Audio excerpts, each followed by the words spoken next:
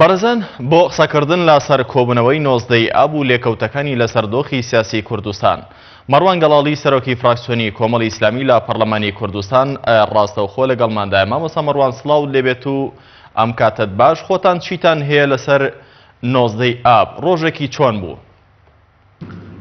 سڵاو لە ئێوەی بەڕێز و خۆشەویست و لە سەرجەم بینەرانی کەناڵی پەیام. دیارە 19 ئاب بۆتە مێژوویەکی ئەتوانم بڵێم پرشنگدار بۆ ئەو فراکسیۆنانەی کە بەشدار بوون لەو دانیشتنە بۆی کە بۆ خەڵکو و جەماوەر و بۆ دەرەوەش سەلماندیان کە ئیش و کاری پەرلەمانتاری خۆیان بابەتیانە ئەنجام دەدەن و سڵ ناکەنەوە لە هیچ یاسایەکە لە بەردەستیان بێ بۆ هەموارکردنەوەی یانەوەتە بۆ ڕێکارە یاساییەکان لەگەڵ هەر یاسایەک کە دێتە بەردەستیان. بۆ بە تایبەتیش ئەتوانم بڵێم یاسای سەرۆکایەتی ئەو یاسایە بوو کە ئەو چوار فراکسیۆنە لە پەرلەمانی کوردستان کاریان لەسەری کرد، پرۆژە یاسایان پێشکەش بۆ هەموارکردنەوەی. بەڵام پەکخستنی پەرلەمان ئەو کۆکارەی کە دەستکردن بۆ یاسای سەرۆکایەتی ئەوەش خاڵێکی لێخن و ڕەشی تۆمات لە مێژووی حزبی دەسەڵاتدار کە ئەمڕۆ باتەکەی دەبینێت و ئەمڕۆ دەزانێتن کە چه هەڵەیەکی مێژوویی کردووە کە لە پەرلەمانی ئەوروپا و لە حەقی فیدرال ئەو پرسیارانیان ئاراستە دەکرێت. لەبەرەوەی ئێمە و پەرلەمانتار هەموو کاتێکە وفات بکەین و ئێمە لە 19 ئاب بەکاری پەرلەمانتاری و هەر پەرلەمانتار ئێمە باید مامۆستا مەڕوان 19 ئاب کۆمەڵێک لە فراکسیۆنەکان چوار فراکسیۆن وەکو بەڕێستان ئاماژەتان پێکرد پرۆژە یاسایەکیان بۆ هەمواری یاسای سەرۆکاتی هەرێم لە پەرلەمان گفتوگۆیان لەسەر کرد. حەزبی دەسەڵات پارتی دیموکراتی کوردستان ئەم کارتی بەکارهێنا و دەرگای لە قفڵی لە دەرگای پەرلەماندا لە بەرامبەردا بۆ ڕێگریکردن لە تێپەڕاندنی ئەم یاسایە پارتی دیموکراتی کوردستان هیچ کارتێکی دیکەی فشاری بەدەستەوە نەبوو؟ ئەمە حەلی کۆتایی ئەو بوو؟ خۆی عقلیەتی برادرانی پارتی دیموکراتی کوردستان ئەگەر سەیری مێژووی پارتی دیموکراتی کوردستان بکەیت لە هەر زروف و سەردەمێکدا هەر لە ساڵەکانی ئەتوانم بڵێم هەفتاکانەوە تاکو ئێستانەکە هەر کاتێکی لە ڕووی سیاسیەوە و لە ڕووی یاساییەوە هیچی بەدەست نەبوو بۆ بەنای بردۆ بۆ ئەو هێز و دەسەڵاتە سەرباسی کە لە بەردەستیدا بووە. ئەوەش مێژوو شاهیدە و ئەتوانن بڕێن کۆپەڕەکانی مێژوو لە جیاتی ئەوەی کە برادرانی پارتی دیموکراتی کوردستان پەنایان بۆ هێز بربایە و ڕێگریان لە سەرۆکی پەرلەمان کردبان دەیانتوانی لە پەرلەمانی کوردستان ئەوانیش پرۆژە یاسایەک پێشکەشکە بۆ هەمواری یاسای سەرۆکایەتی و ئەوەی کە ئەوان مەبەستیان و ئارەزویان بۆ دەیانتوان بهێنن بۆ هۆڵی پەرلەمان و دوێن دەرێ پەرلەمانتاران مناقەشەیان دەکرد و قسەی خۆیان لەسەری ئەوان دەیانتوانی لەو ڕێگایە بە ڕێگایەکی مەدەنی و بە ڕێگای ئاسایی بەرگری لە پارتی دیموکراتی کوردستان بکەن، بەڵام بەداخەوە ئەوەیان نەکرد وەکو کاری هەمیشەییان پەنایان بۆ هێز برد دەبری هێز ڕێگریان لە سەرۆکی پەرلەمان کرد و دەرکەی پەرلەمانیان. زۆر باشە مامۆستا مەڕوان. لە دوای 19 ئاب هەرێمی کوردستان ڕووبەڕووی قەیرانێکی دارایی سەخت بووە. چێ بەرپرسە لەو قەیرانە دارایی کە لە دوای داخستنی پەرلەمانی کوردستان بەسەر هاوڵاتیانی هەرێمی کوردستان داهات؟ خۆمە هەموو لایەک دەزانێتن کە ئەمڕۆ حکوومەتی هەرێمی کوردستان بەدەست پارتی دیموکراتی کوردستانەوەیە و ئەوانەی کە لەگەڵیشی ماون و ئەوانەی کە لە حکوومەتیش ماون بڕیار بەدەست نین هەر لە یەکێتی نیشتیمانیەوە و سەردەم لایەنە سیاسیەکانی دیکە کە لەگەڵ کابینەی هەشدا ماون.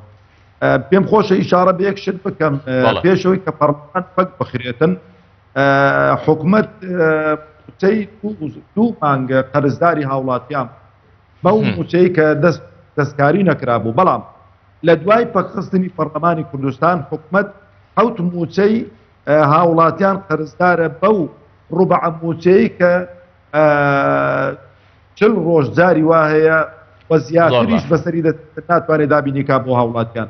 پارتی دموکراتی کوردستان بەرپرسیارە و پارتی دموکراتی کوردستان ئەو قەیرانەی دروست کردووە قەیرانی ئاتی زۆر جارێکی شۆم زۆر باشە مامۆستا مەڕوان سپاس وەڵامی پرسیارەکەت دامەوە لەگەڵماندا بمێنەوە مامۆستا مەڕوان هاوکارانمان سەبارەت بە نۆزدەی ئاب و هەروەها لێکەوتەکانی ئەو قەیرانی دارایی کە بەدوای خۆی داهێنا ڕاپۆرتێکیان ئامادە کردووە.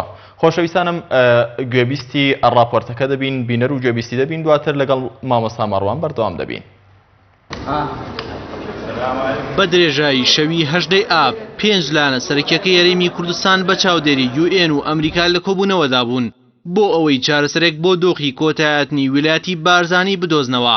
سەرنجام گەیشتنەوە بڕیارەی پەرلەمان کۆبوونەوە چاوەڕوانکراوەکەی 19 ئاب نەکات، بەڵام هیچکام لە فراکسیۆنەکان بە پارتیشەوە ئامادە نەبوون بە فەرمی ئەو داوایە بۆ سەرۆکاتی پەرلەمان بەرز بکەنەوە.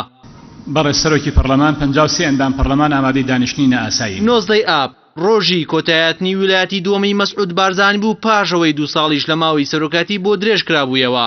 ئەو کێشەی لە بەردەم پەرلەمانتاران و لایەنە سیاسیەکان قورسترین کێشە بوو، هەر بوویە 4 لایەنی سەرەکی جگە لە پارتی پرۆژەیان بۆ هەمواری یاسای سەرۆکاتی پێشکەش کرد تاوەکو دەسەڵاتەکانی سەرۆک هەموار بکرێنەوە، بەڵام پارتی تەنها سوور بوو لەسەرەوەی سەرۆک وەک خۆی ماوەکەی بۆ درێژ بکرێتەوە بەبێ پاساوی یاسایی. ئەو دەنگانەی باز لەوە دەکەن ئەوە کۆتایی پێهات. 19 ئاب پەرلەمان وەکو نوێنەری گەل دوای دانیشتنی سەرۆک و سەرۆک فراکسیۆنەکان نەیتوانی دانیشتەکە دوا بخات، بۆیە هەمووان بەرەو هۆڵی کۆبوونەوە بەڕێکەوتن، بەڵام نیساب تەواو نەبوو دانیشتن هەڵگیرا.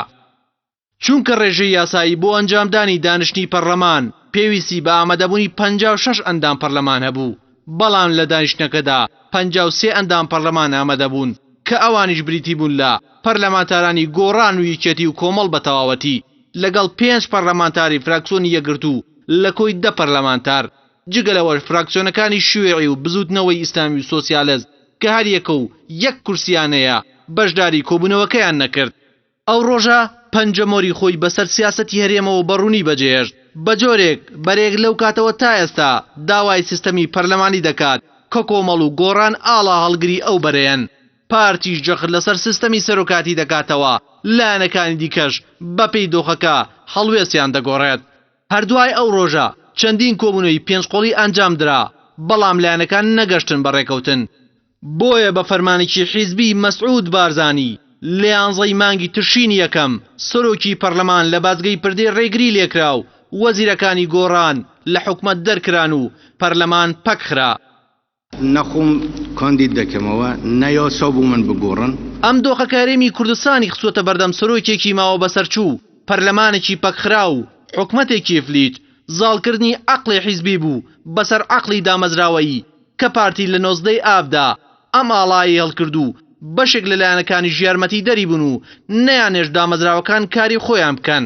هاوکات پەکخستنی پەرلەمان دەستی سەرۆکاتی حکومەتیشی کردەوە کە سەرۆکەکەی نێچیروان بارزانی جێگری سەرۆکی پارتیە بۆ ئەوەی بەبێ سانسۆر سیاسەتە خراپەکانی بەسەر هاوڵاتیانە بسەپێنێت و درێژە بەتاڵان و بڕۆ بدات لە وێنەی سەپاندنی پاشەکەوت و دواخستنی موچە کەڵکەکردنی قەرز لەسەر هەرێمی کوردستان.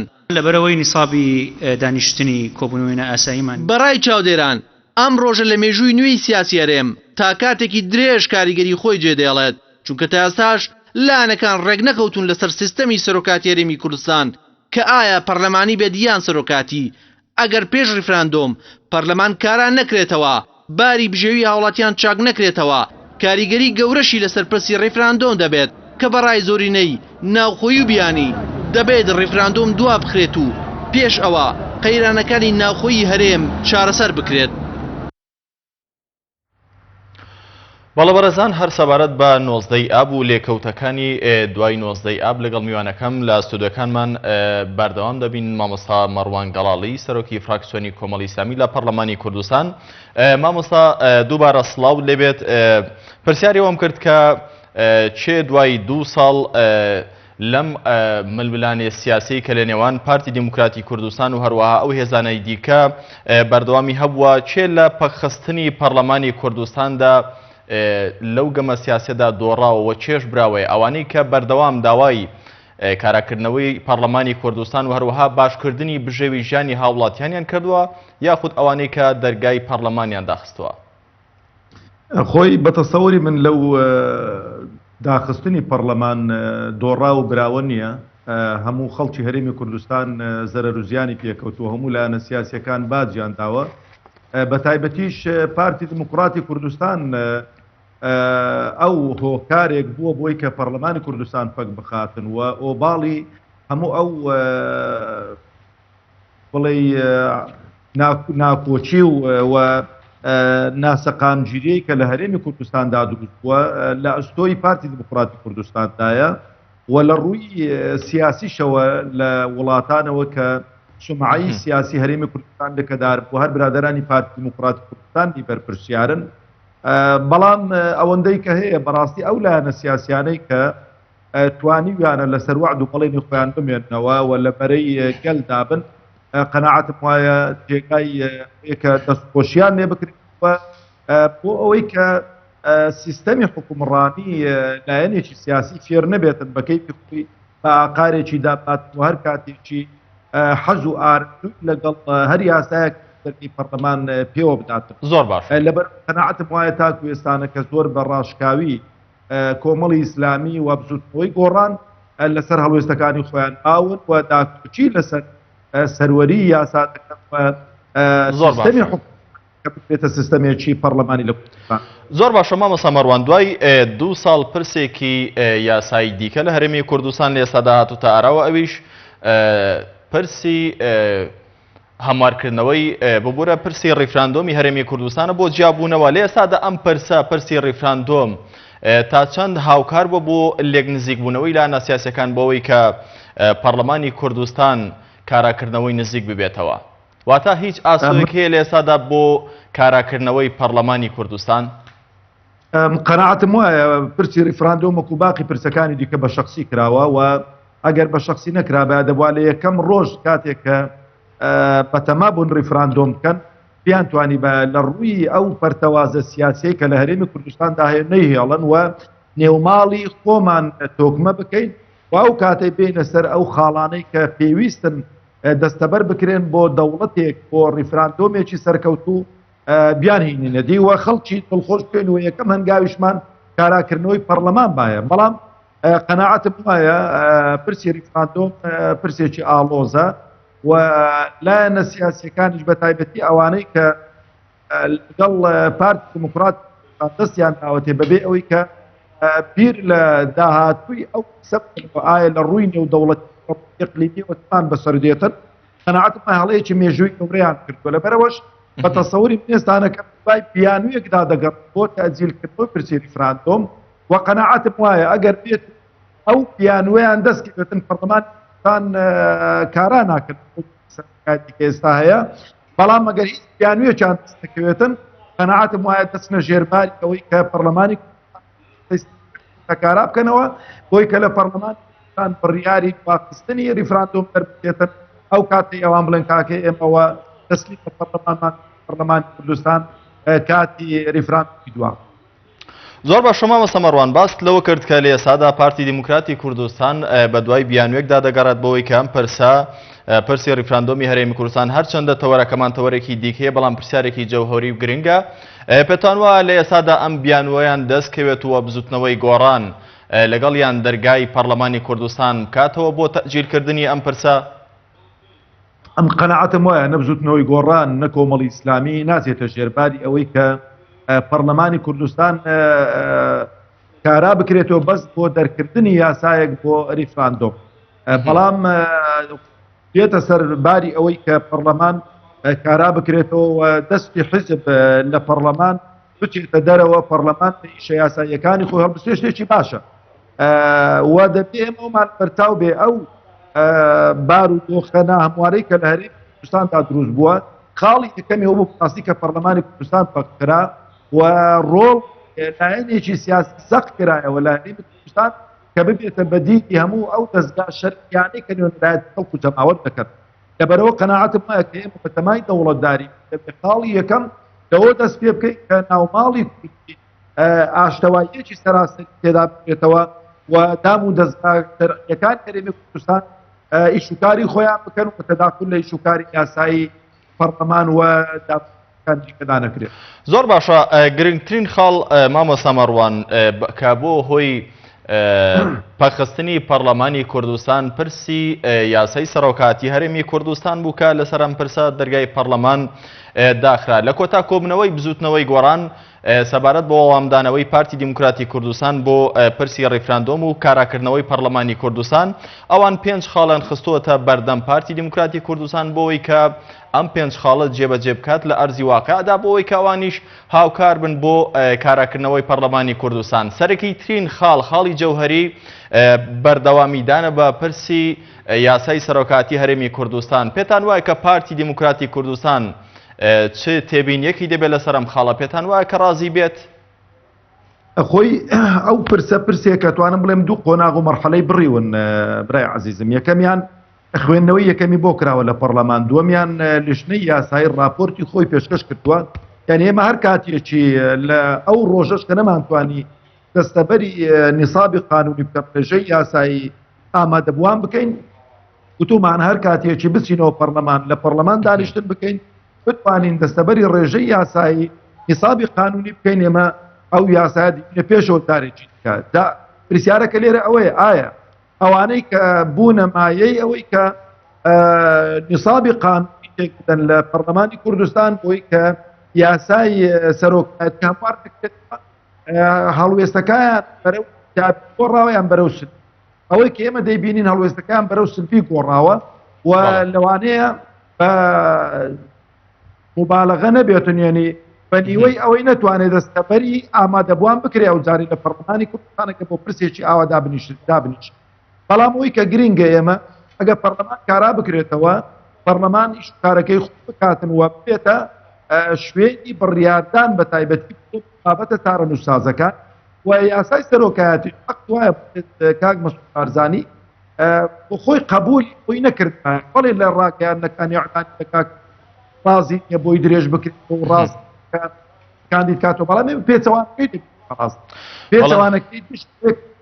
بەڵێ زۆر بەڕێز مامۆستا مەڕوان گەڵاڵی سەرۆکی فراکسیۆنی کۆمەڵی ئیسلامی لە پەرلەمانی کوردستان لە سوودەکانمان لە سۆرانەوە لەگەڵمان بۆی سپاس بۆ ئامادەبوونی بەڕێزتان.